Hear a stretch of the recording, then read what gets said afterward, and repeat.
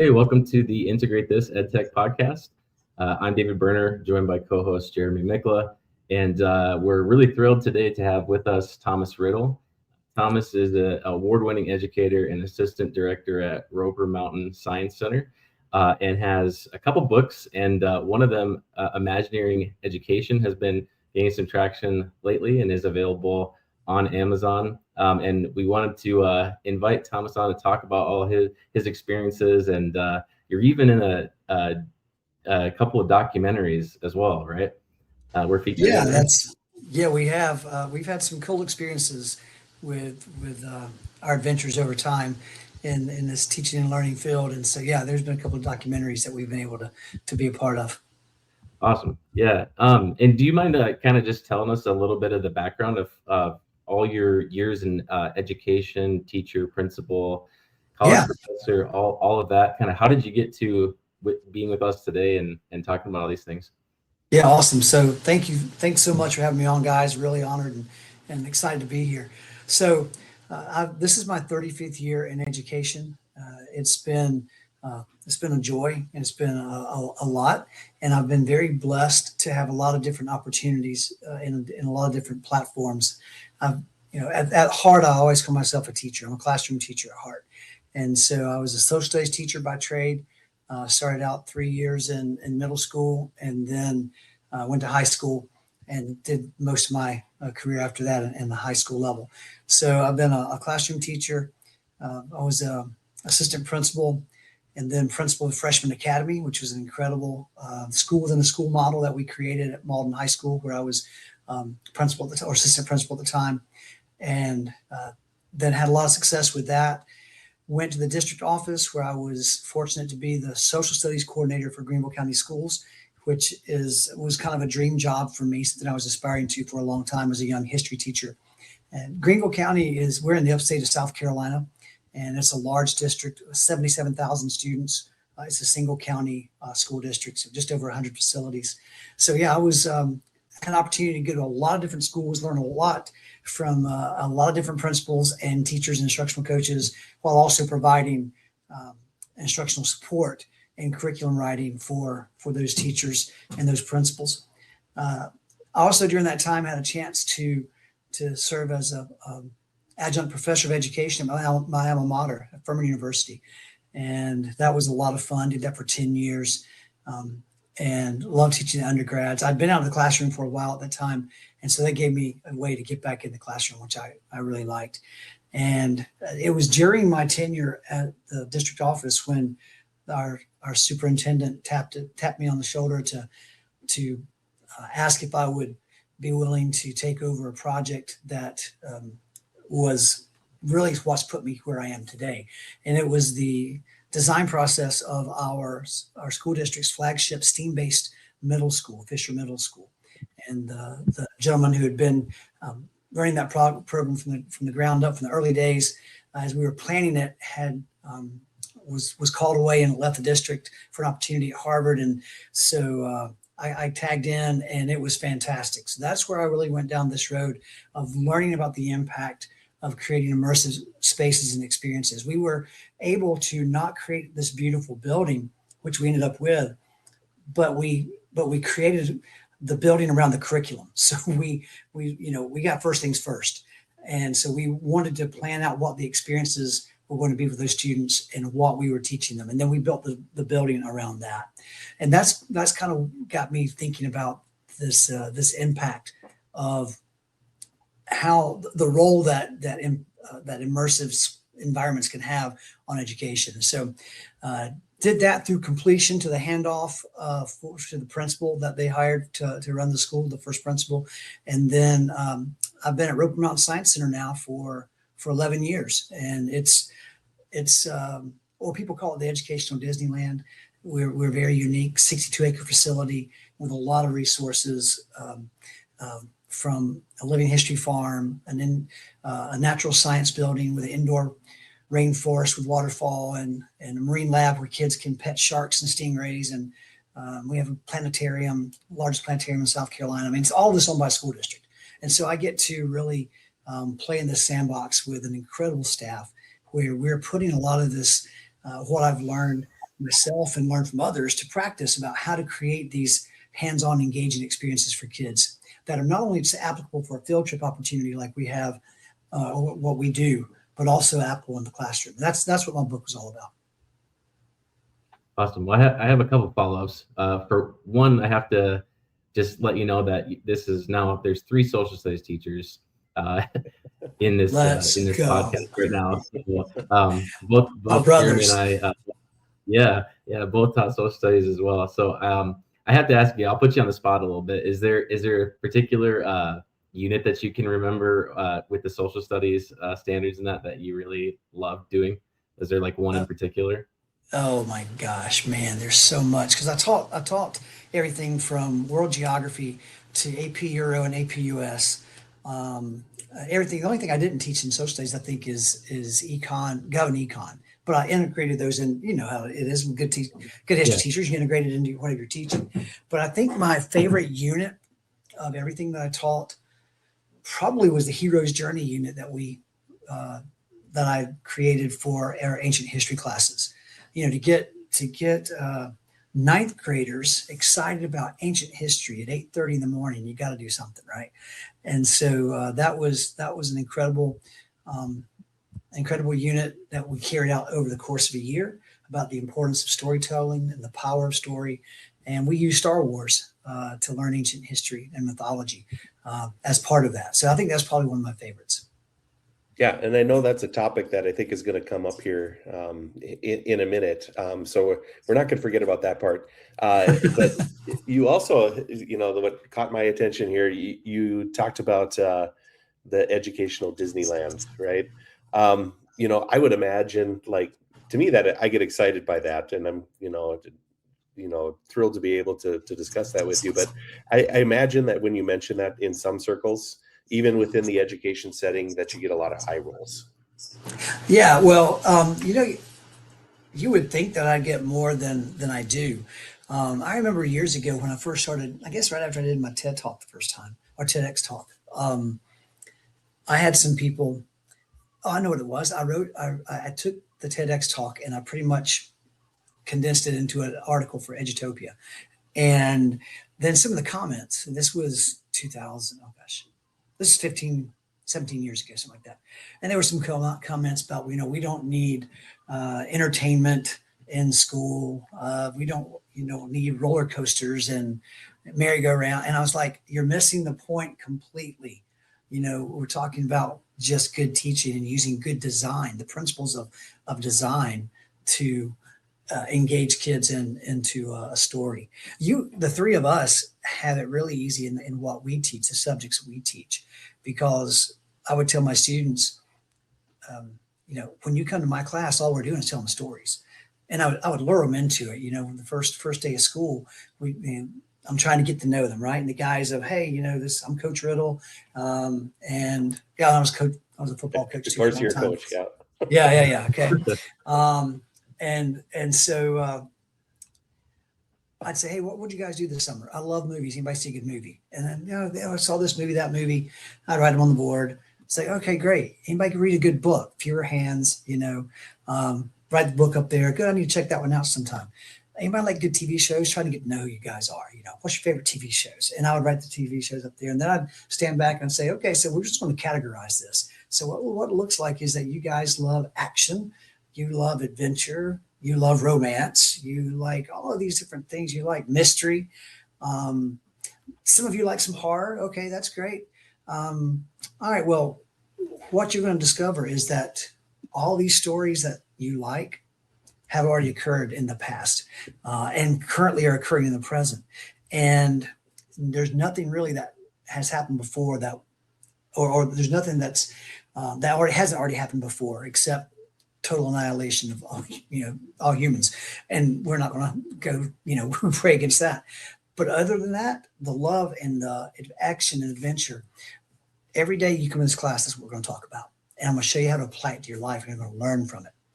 And so that was easy with story. That's really, I think, where I cut my teeth on the importance of story, that now I harp on so much. And I really learned a lot about that from the Imagineers, is the power of story and how everything is rooted in that. So, so I think that's kind of where I really from the beginning, because I grew up loving stories as a child, and had parents that encouraged me with great stories. And I think that was an easy on ramp to what I'm doing today, and it's pretty much I've been doing it my whole life, using stories to teach.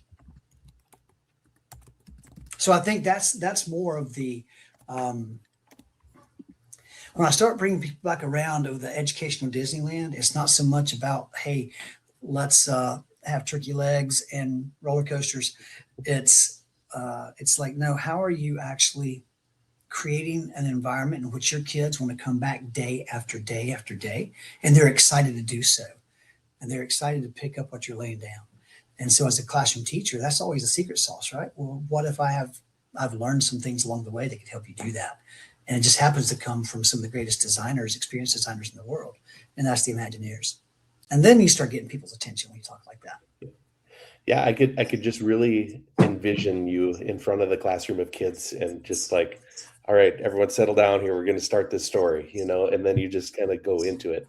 And like you said, history lends itself really, I think, to that very well, right? But like, and you could take this the Imagineering route if you want to, or if you want to kind of focus in on what does it look like to then develop in the story through which you're going to teach the lesson.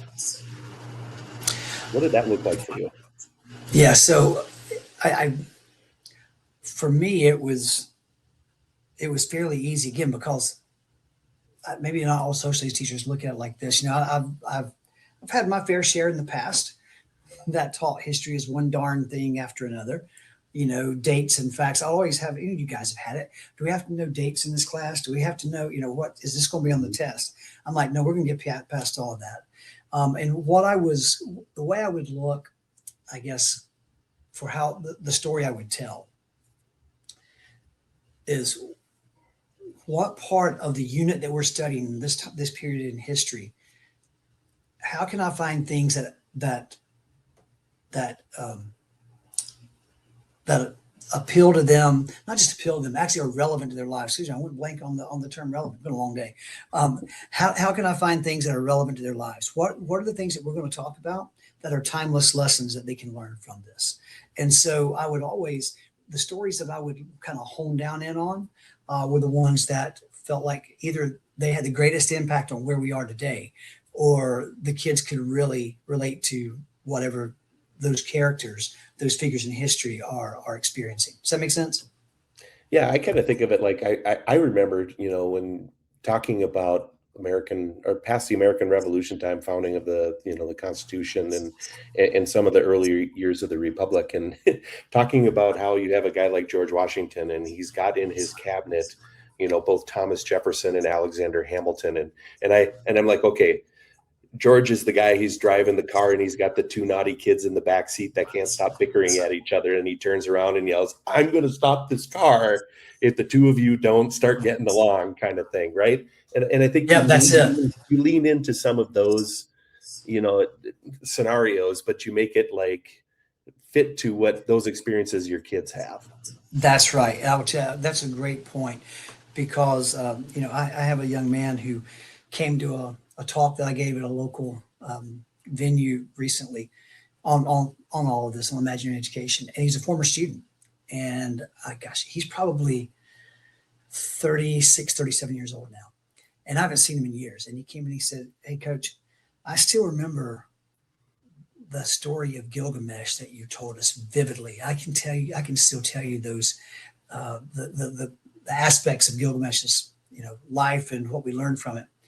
But when I told that story, and this was when we were talking about the importance, this is ancient history class, and talking about oral history, how oral traditions were important, and how oral history is passed on, I would literally take a period and I would act out the story of Gilgamesh.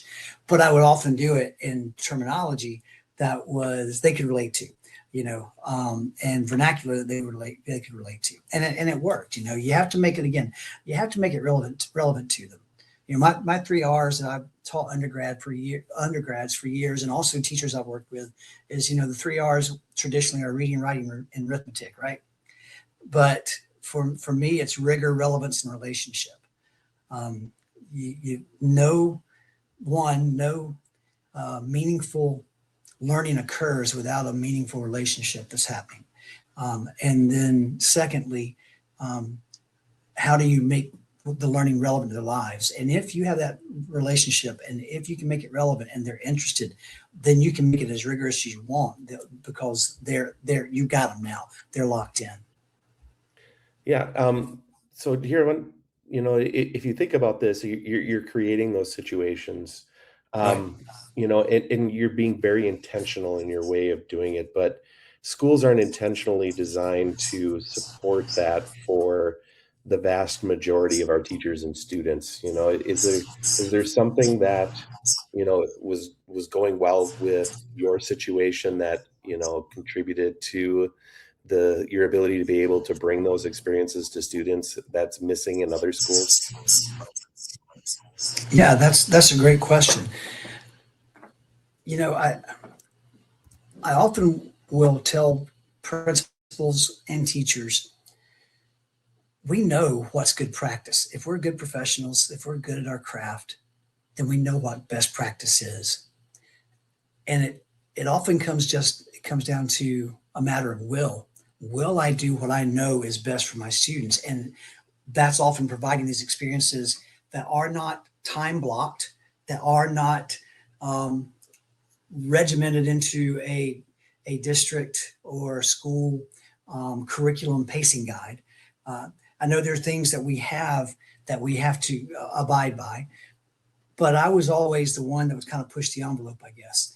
And because I knew at the end of the day, what I was doing, what I was providing for students worked well, and they were successful and they had results. And so I was always trying to find ways that I could move outside the box. The textbook, don't even get me started on textbooks, because that's a whole other story. But I just want to, encourage everyone, look, you have more freedom than you realize, I think.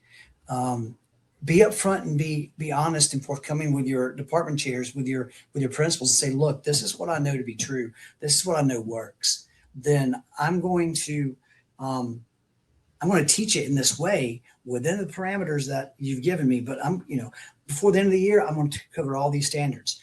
But give me the leeway to do it how I know works and gets my kids excited. The first time I was a principal, the first faculty I walked into, my first faculty meeting, I'd run off all the standards in a big binder. I intentionally did this, big old binder. And I walked in, I dropped the binder down, it thudded on the table, and I said, look, before the end of the year, this is all the content we have to teach. And I held there and I said, my job is to support you and to do it in the most innovative ways that you think will work best for your kids. These are the state standards. This is what we have to teach. But I want you to be as creative and innovative as you can within that. And it's my job to help you do that. And so we created interdisciplinary courses that allow teachers to have this cross-pollination of subjects. I know that's not everybody's experience. The only reason I mention this is because I hope that there's a principal, if there's just one principal that hears that and say, you know what, hey, I've been thinking about this. Maybe I should just have the will to do it. Don't teach things in isolation. Show the connectivity. And so I think these are things that even if you don't have it, you don't have that building level support, you can do things within your classroom to create experiences for students if you'll just think beyond the box. And that's kind of also what I give examples of that in the book.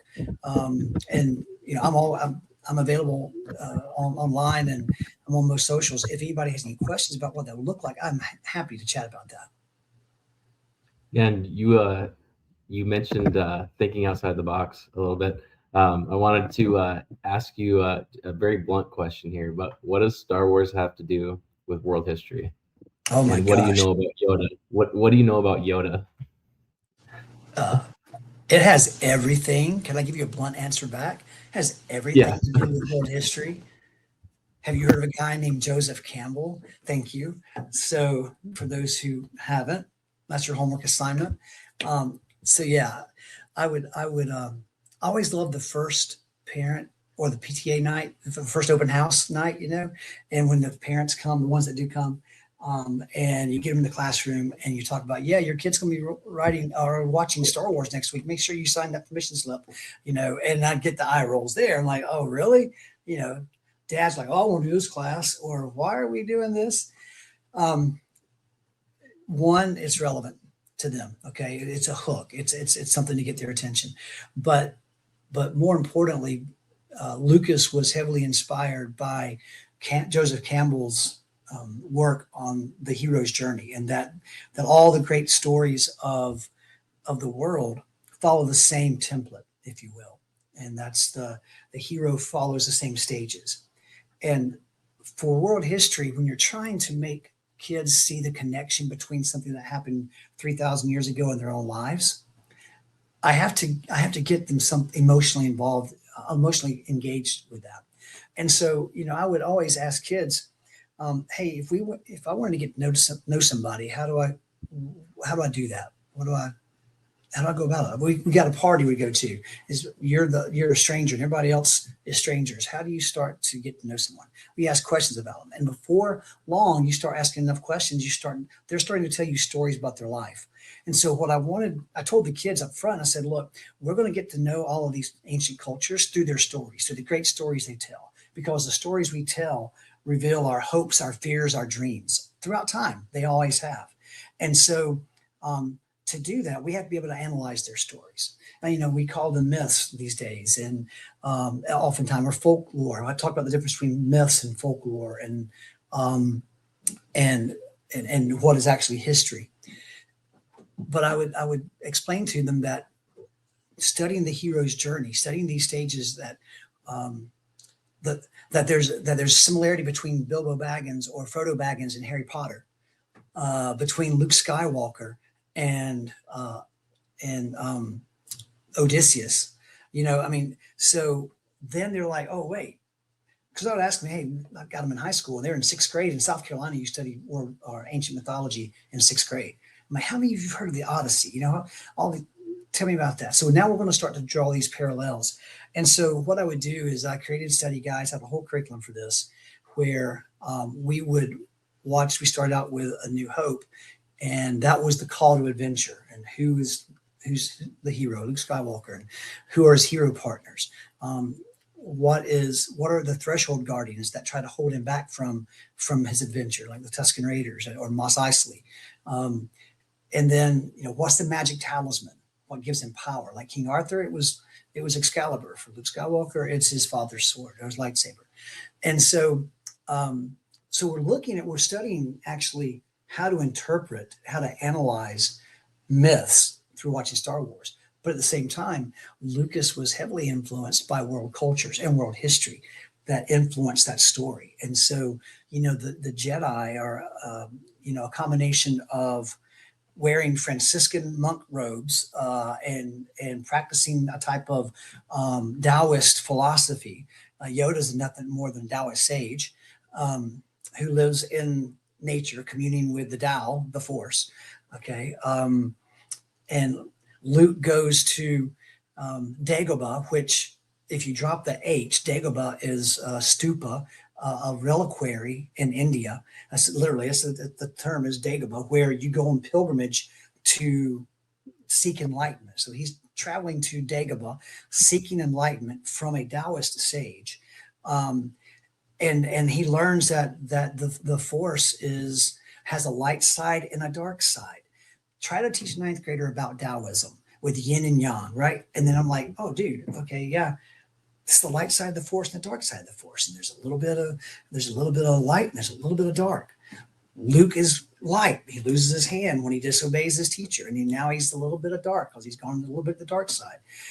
Vader's more man than machine, more machine than man, but he still has some man in him.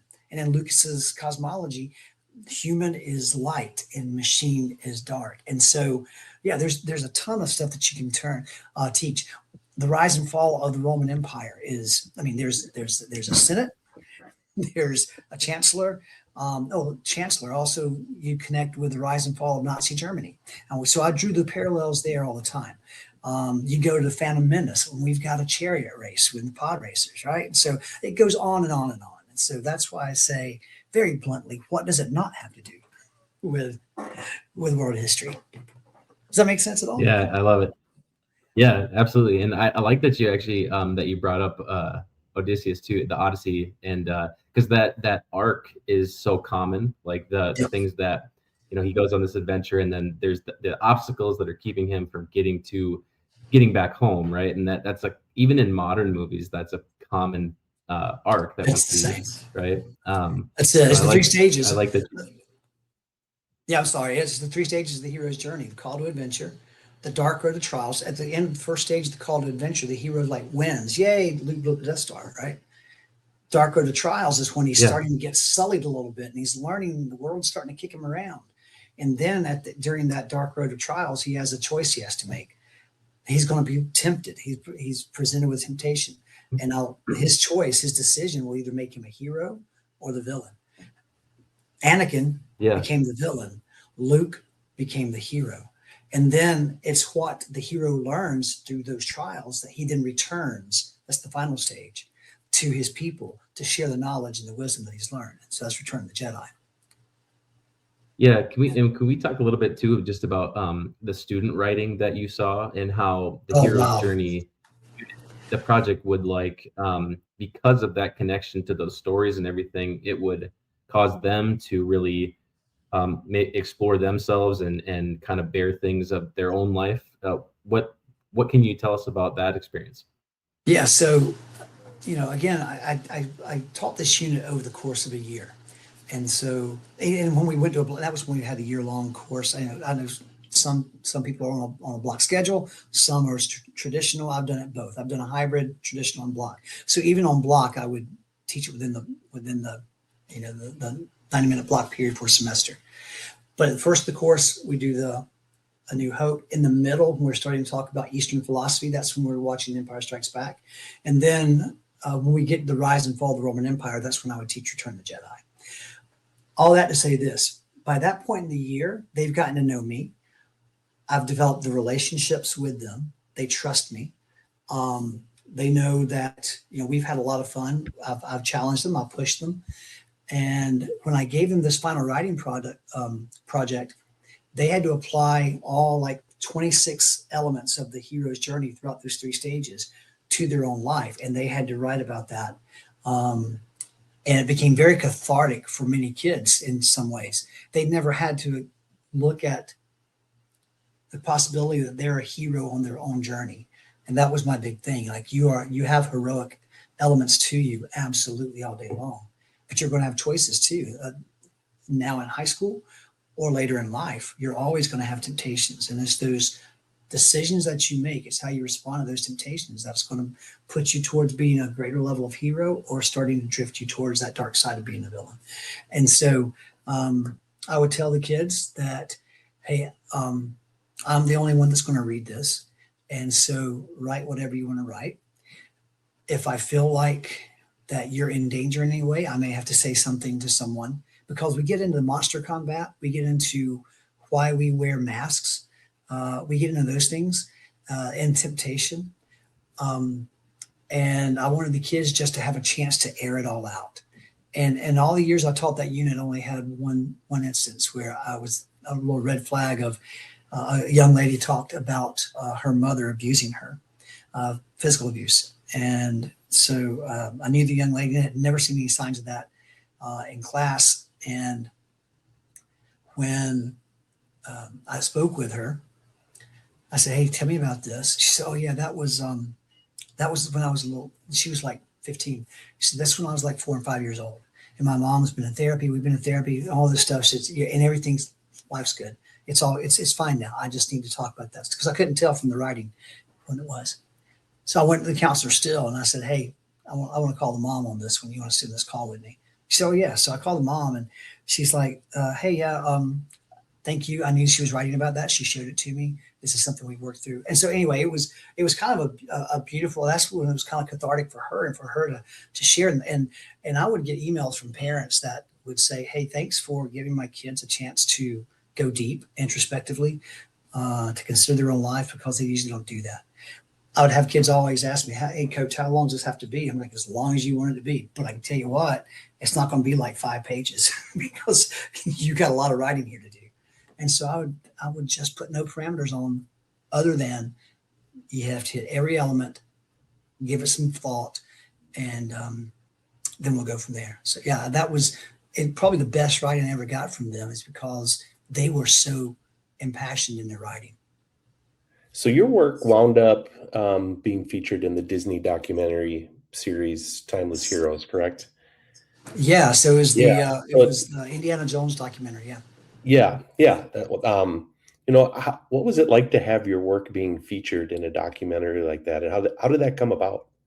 Yeah. So that was interesting. That was more with my Indiana Jones, which we haven't talked about, which is fine, because I taught with Indy as well, primarily the Young Indy series. But I had cultivated a relationship with some amazing people at Lucasfilm over the years, going back to 2007, when I became the social studies coordinator for the school district. And when the Young Indy series came out, me and my partner in crime, Wes Dodgens, he's another history teacher, social studies teacher. He and I created these two websites, IndyInTheClassroom.com and StarWarsInTheClassroom.com. Star Wars came later, but Adventures in Learning with Indiana Jones. And so Wes and I would create these lesson plans and provide them for free of charge online for teachers on teaching with the Young Indy series. That series came out in 92, which was the second year of my teaching. I started in 91. And when it first came out, I would write lesson plans, videotape it back in the days, boys and girls, VHS. And then I would show it in class where I could find something that fit.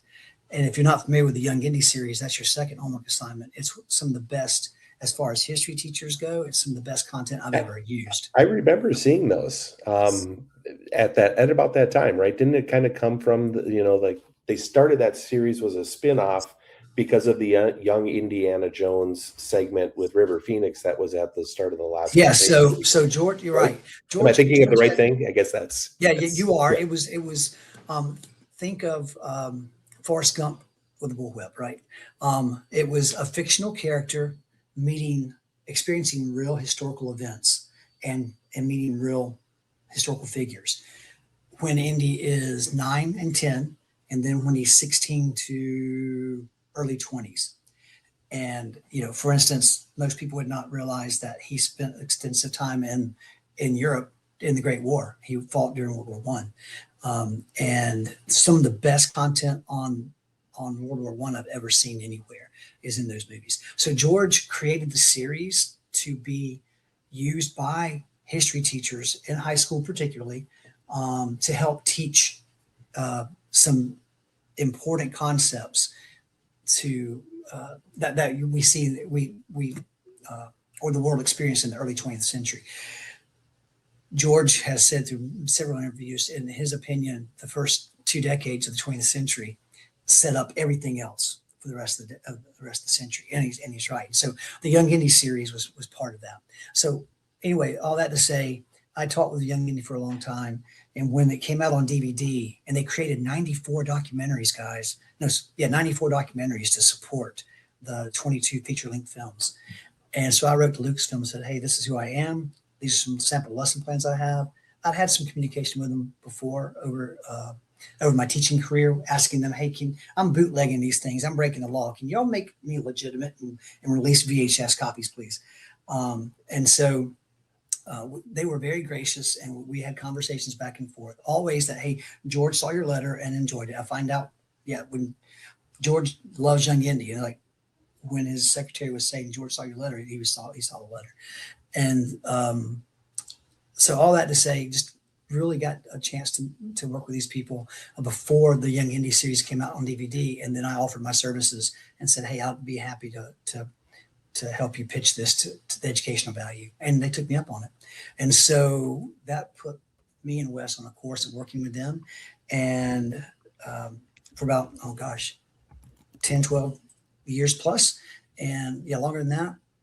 And that got us they knew my work. They knew Wes's work. And so I was invited to come out to Skywalker Ranch and film a segment to be included in the Harrison Ford documentary about how the character of Indiana Jones had influenced some people going to teaching. And that was part of my story. So yeah, it was really amazing to be part of that. And as a lifelong fan, it was unreal. As a teacher, I was blessed to have an opportunity to talk about what good education, good teaching looks like. So Thomas, the book, Imagineering Education, how did that come about? Right now, I mean, it's extremely popular on Amazon. How did you come to write that, or what was the spark behind that? Yeah, so that book came out of my work that I was doing on as serving as project lead on the design phase of that middle school, that STEAM-based middle school I told you about. It was while I was knee deep in learning about design, architectural design in school settings, that I was on a spring break trip with my wife and my kids, our kids, down at Disney World. And it was about midway in the week, and I was reflecting while I was watching them play on Scavenger's Fort on Tom Sawyer's Island. God rest its soul. But the thing kept coming to my mind is how much my kids had learned while having fun at Disney. I mean, they learned about world cultures through World Showcase at Epcot. They learned about conservation, Animal Kingdom. And I was thinking, man, why can't school be like this? And so I started playing around with those questions. Why can't we design schools like Disney designs a theme park? So before I left that week, I bought up all the Imagineering books I could buy. And that two of them, this one right here, actually, Designing Disney by John Hinch kind of became one of my design Bibles for that work in that school. And this is no longer in print, I don't think, but it's out there, and I highly recommend it. And so what I began to realize is that the Imagineers kind of gave voice to what I knew as a classroom teacher, actually worked with kids. How do you create an experience in your classroom? And so now, thinking through the lens of a principal, why can't I do this in an entire school?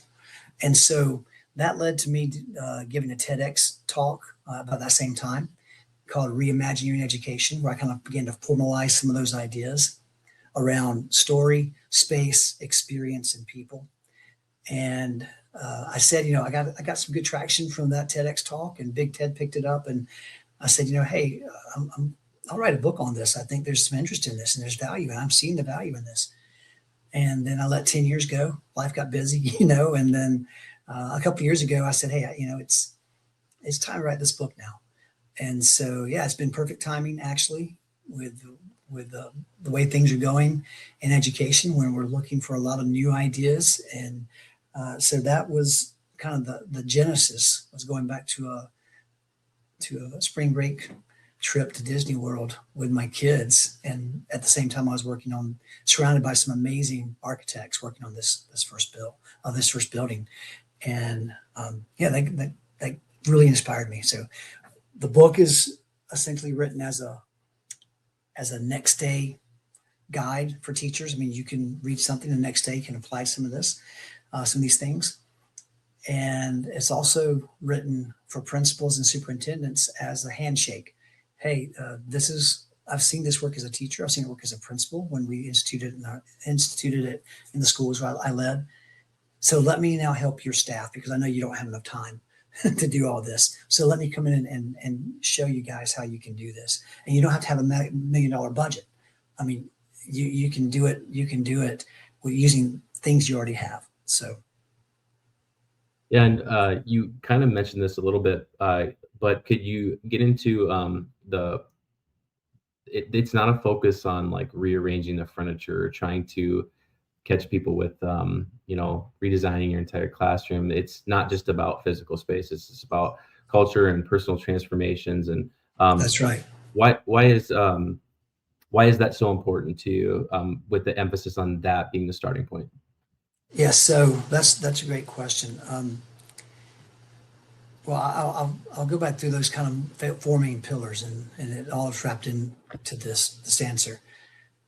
I believe that every school, every classroom, every life has a story to tell. So, if you want to start out on the elementary level, hey, what's your school's mission statement? If it's actually being lived and not just something everybody wrote and put on a shelf somewhere, what's your mission statement? That's a place. That's an easy way to start.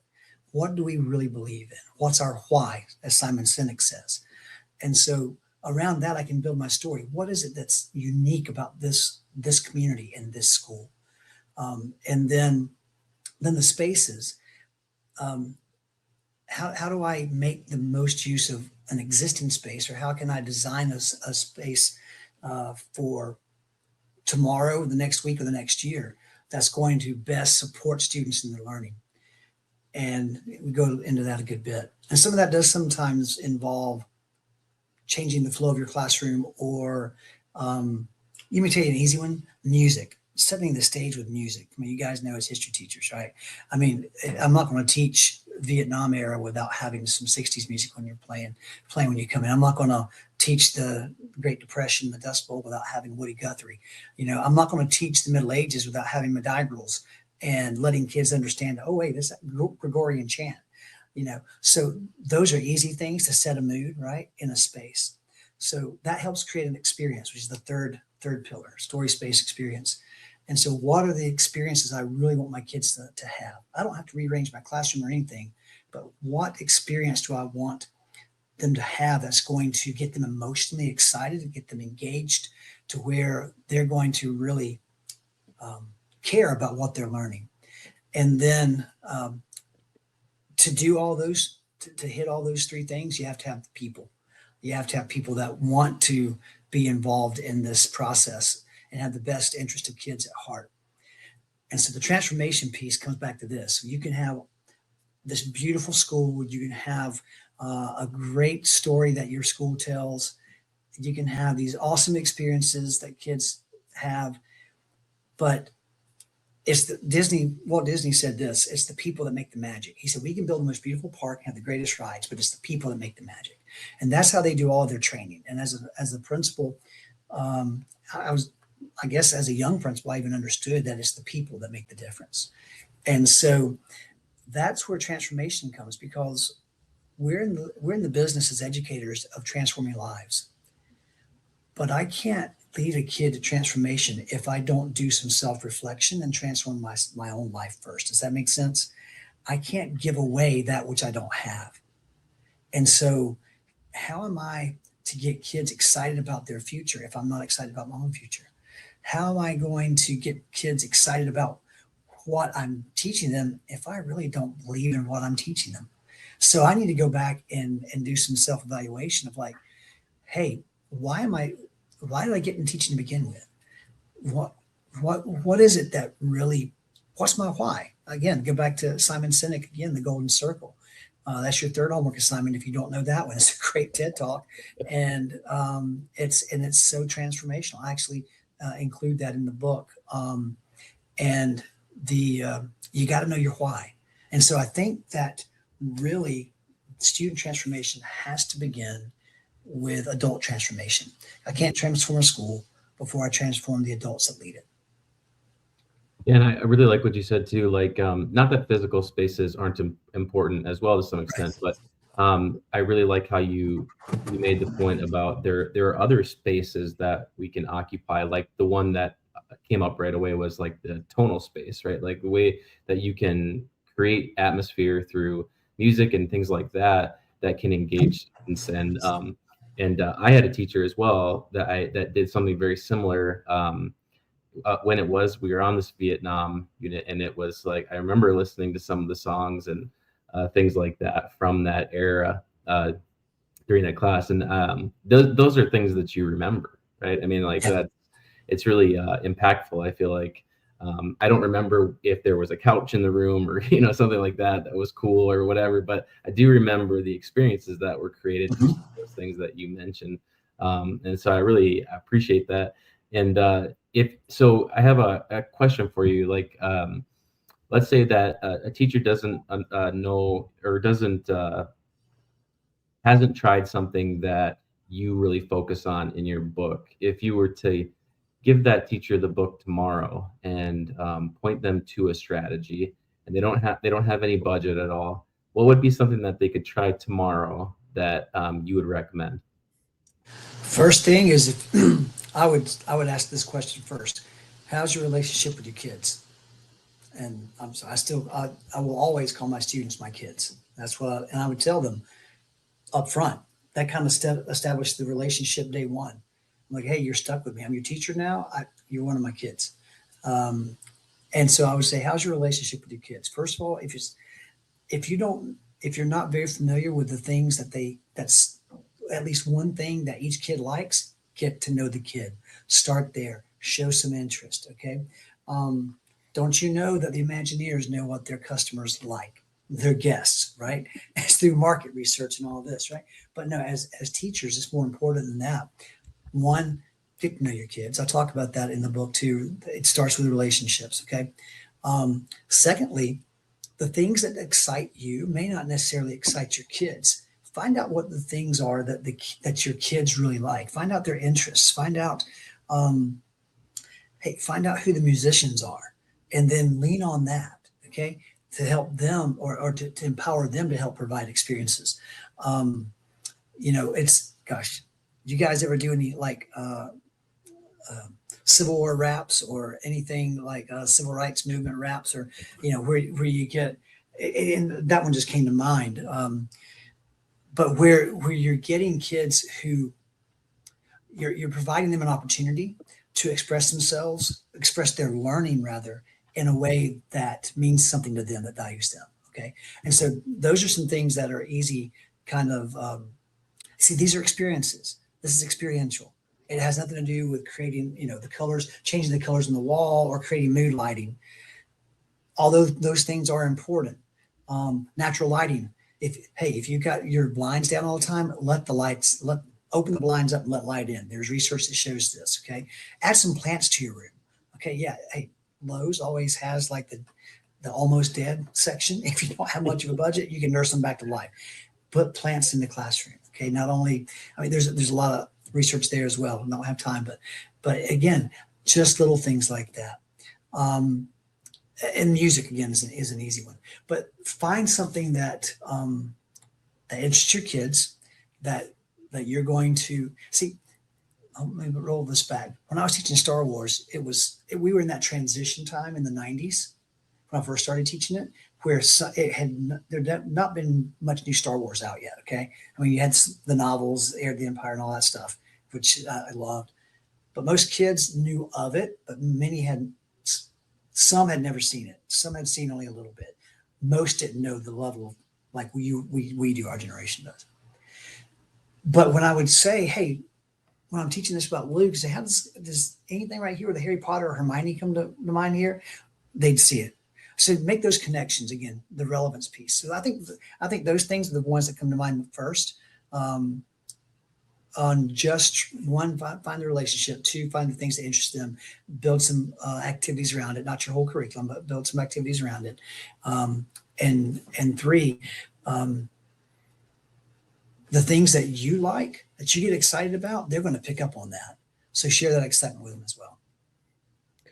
I coming around to some of this thinking here, and it kind of relates to some of what I know you've written about, with kind of like, are we stuck in an information age as far as the way that our systems are set up in education, but we really need to be progressing towards an imagination age? And that's absolutely, what does it take to break free of that cycle, or is it everything you've just been talking about? Is that the next, maybe the better question is that the direction, you talk about your why too. Is this, part of the how to get to that why, right? Right.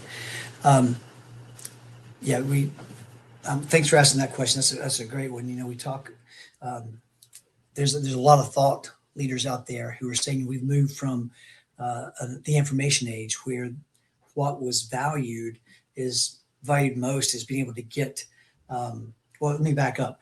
we had the industrial age. And so what was valued then was who can get the most products, the best, well, not even best products, get the most products to market the fastest wins. Okay, so we moved from the industrial age into the to the information age. And the information age is about who can control information the fastest and get it to bear in the marketplace before anyone else. And it's all about the control, who controls information.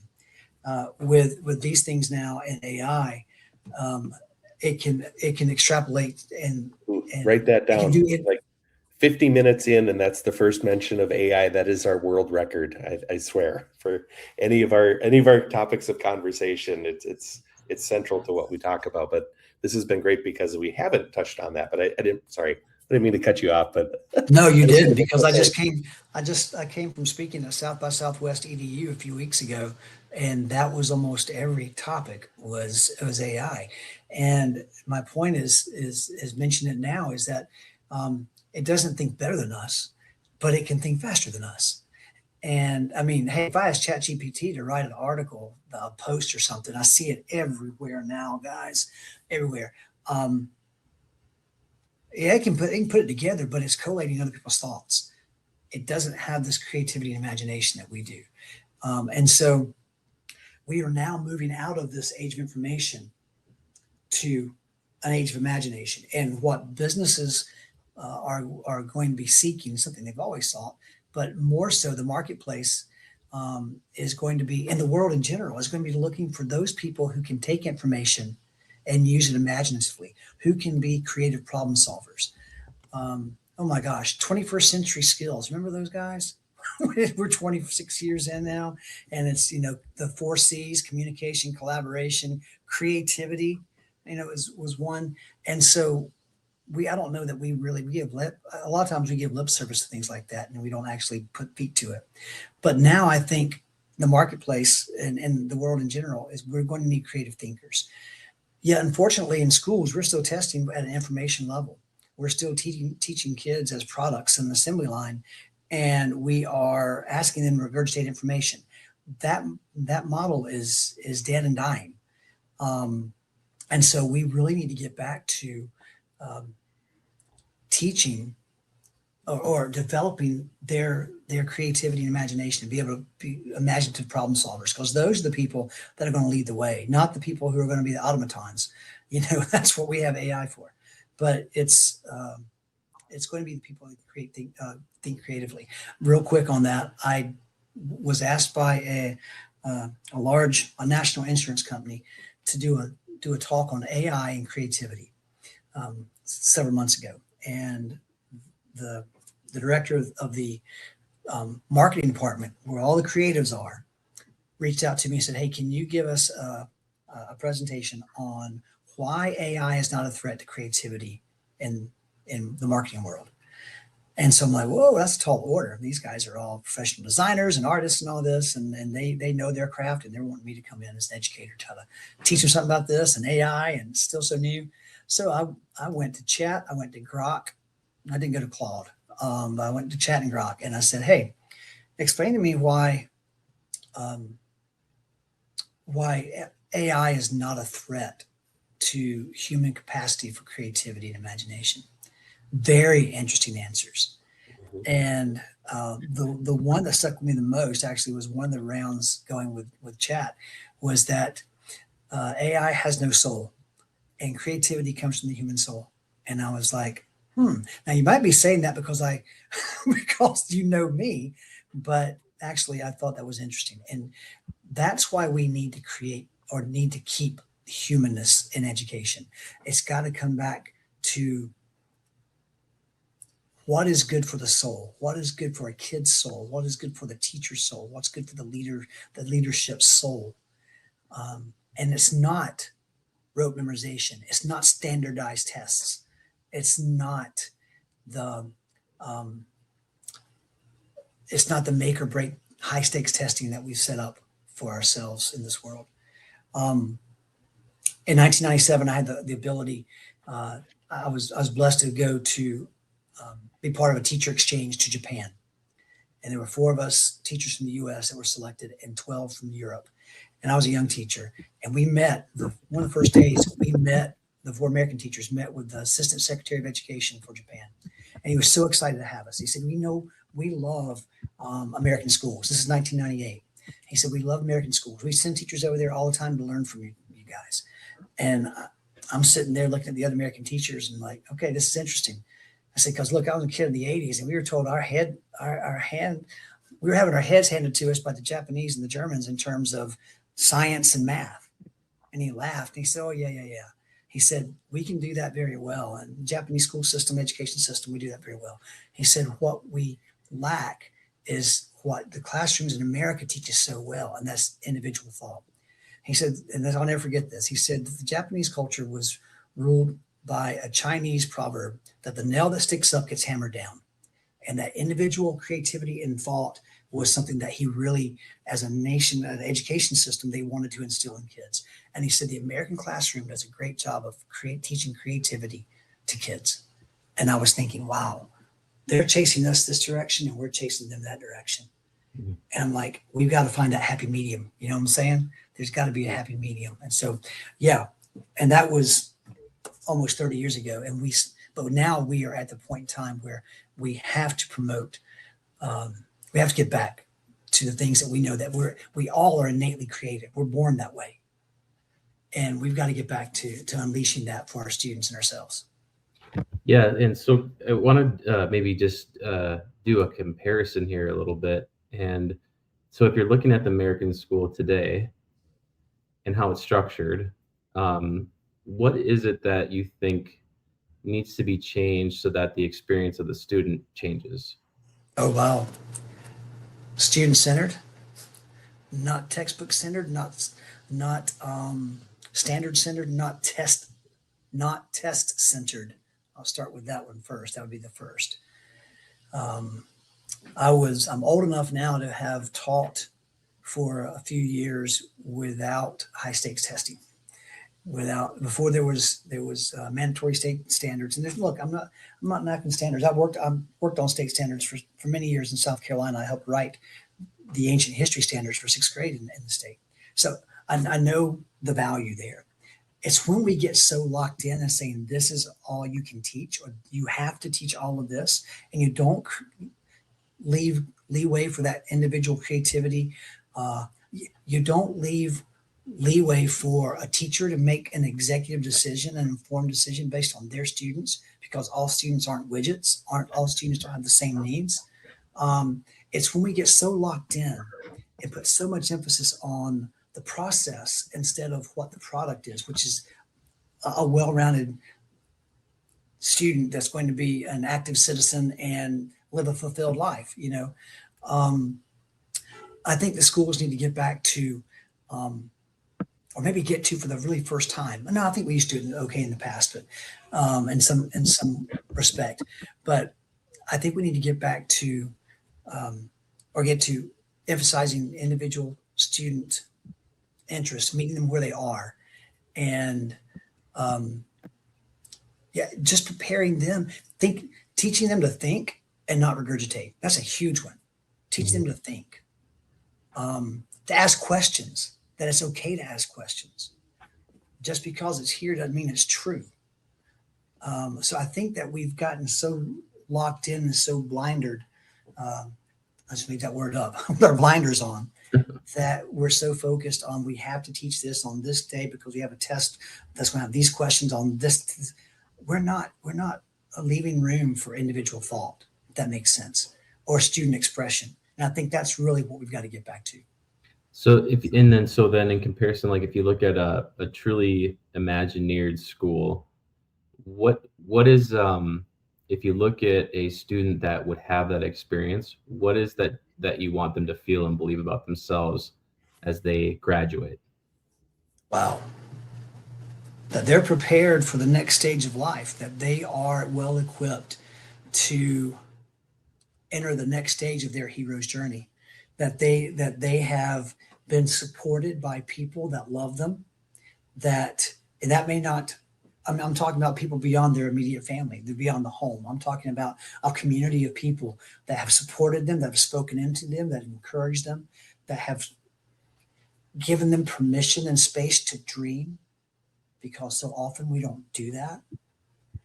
And so I would, Walt wanted to create Disney World, Disneyland originally, as a place where parents and students could learn together, could play together, and could dream together. And so I would want that graduating senior walking across the stage, having experienced a school where adults and kids learned together, played together, dreamed together. And now I have prepared that student as best I can for whatever's going to happen to them. And here's the other thing, to give them the belief or give them the understanding that, hey, you're never going to be alone. Somebody's going to have your back.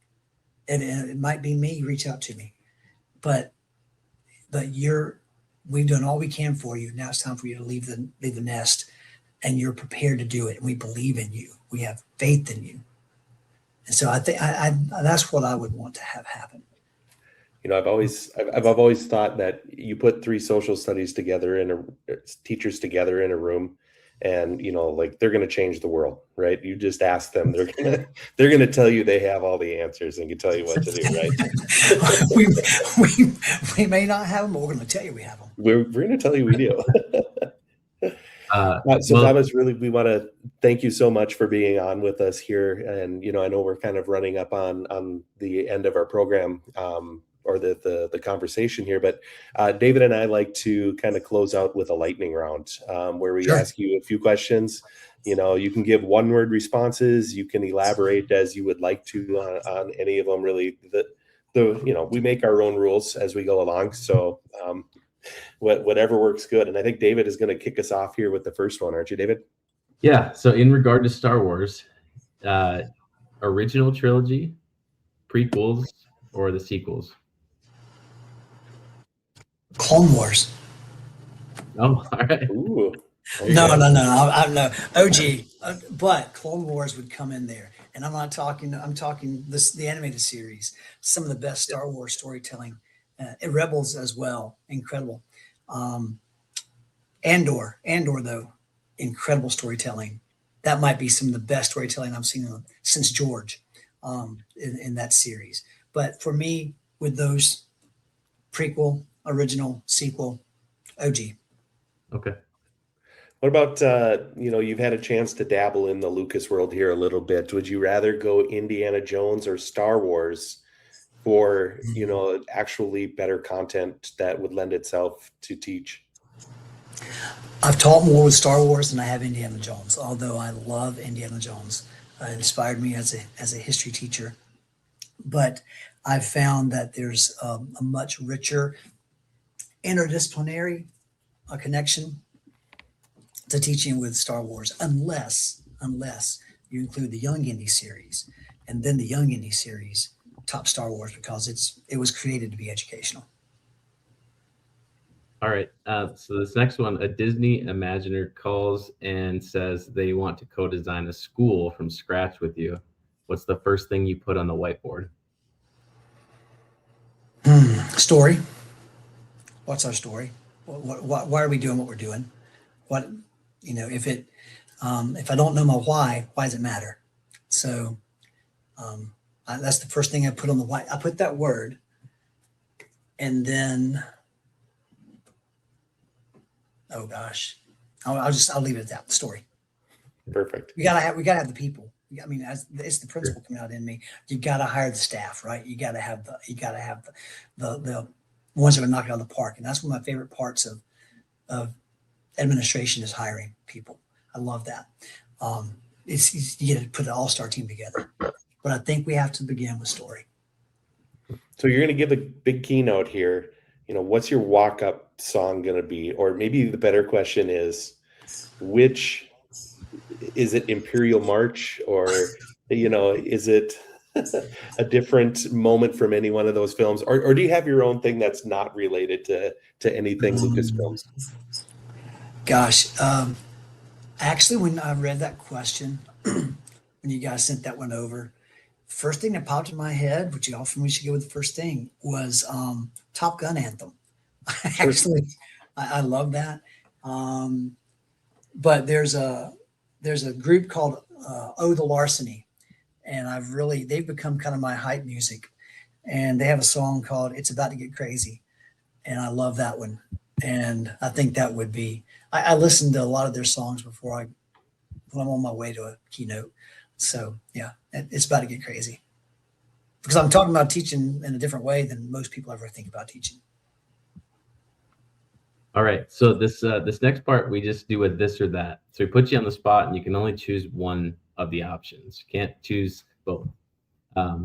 Although many people do. Yeah, people Like I break said, the no rules. rules. That's okay. That's all right. Disney World or Disneyland? I've only been to Disneyland once, and it was only for 6 hours. So I have to say Disney World. Okay. Although I love the fact that Disneyland is Walt's park. I love that. But Disney World. Okay. Which job was harder, classroom teacher or school principal? Principal. Okay. There were days when I rarely had a day I wasn't locked in my purpose as a classroom teacher. As a principal, there were days when there's so much that's just out of control. I mean, not out of control, out of your control, that has to be dealt with, and there's putting out so many fires. And I think principal was harder for me. I have friends that like it's second nature to them, like duck in the water. But that one, there's a lot I love about it, but that one's harder than classroom teacher to me. So there's some Odyssey obstacles in the way, you might say, on that one. Absolutely. Yep. There. Yep. All right. So hero's journey or design thinking, which one changes students more? Hero's journey. Better mentor, Yoda or Obi-Wan? You're killing me, Smalls. I used to always think it was Yoda. I have Yodas. I have a massive collection of Yodas that was in my classroom and now in my office at work for years. But after the Clone Wars series, man, my man Obi-Wan, I have to go with Obi-Wan. I love Obi-Wan. All right. I got to watch that again because it's been a while since I've watched that. Man, so good. So good. Okay, this next one, fix teacher burnout or fix student disengagement. Which one unlocks the other? I think the teacher burnout, simply because I firmly believe you have to start with the leader. You have to start with the person that's leading them, and we've got to transform ourselves first. All right. This last one might get you in trouble. I don't know, but Harrison Ford as Indy or Harrison Ford as Han Solo? Indy. They get me in trouble. Indy, all day long. When I say we, Wes and I were invited to come to the red carpet for Dial of Destiny, and got to bring our families, and that was just completely surreal. But seeing Harrison as just Harrison. But I loved Han as a kid, but Indy inspired me into the career path I went. And so I just remember, seeing him and Callista walk on the carpet thinking, wow, that guy's career has touched so many lives, but it's touched mine into what I'm doing now. And so it's just like, hey, thanks, man. I appreciate it. So, I mean, yeah, Indy would be the one. I know Harrison's an avid listener of our podcast, so he'll hear that. So, oh man, he'll cuss me out probably. Harrison seems to be an awesome guy. So Thomas, again, thank you for everything that you've shared with us here today, and I think I also want to thank you for just the inspiration that you've been to countless teachers and students over the years that you've been in education. So we want to kind of wrap it up here with turning it over to you. What do you have coming up that you would like to share with people? Anything to promote? We will link anything that you describe into the show description, and Yeah, so the stage is yours. Yeah, I appreciate it, guys. So coming up, I think the next event I have coming up is I'll be speaking at ASCD ISTE in July in Orlando. I'm very excited about that. I've got an hour-long innovator series talk, and just found out last month that it's going to be recorded. So a little nervous about that, but hey, I'm excited about that as well. That's an audience I'm very excited to be in front of. We'll get a chance to meet you then, because we'll be there as well. So Yep. No way. yeah. Yep. Hey, all right. So let me tell you, I'll tell you, I got to tell you something off air. So Okay. there's We'll hang out. there's a little something going on. I'll tell you guys about that. I invite you to. So anyway, all right. So I'm looking forward to that. That's great. And then as far as there's a really cool project I'm working on right now. I can't quite, not to the point where I can talk about it yet, but it's going to be an amazing educational space that can't wait to share. But I'll be posting about that in the coming weeks, and definitely coming months. About 2.5 year project. I'm very thrilled about this one.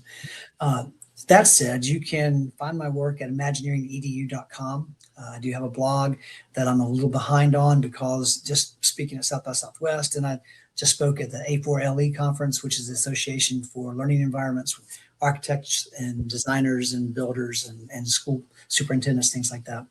But I do have all my blogs there.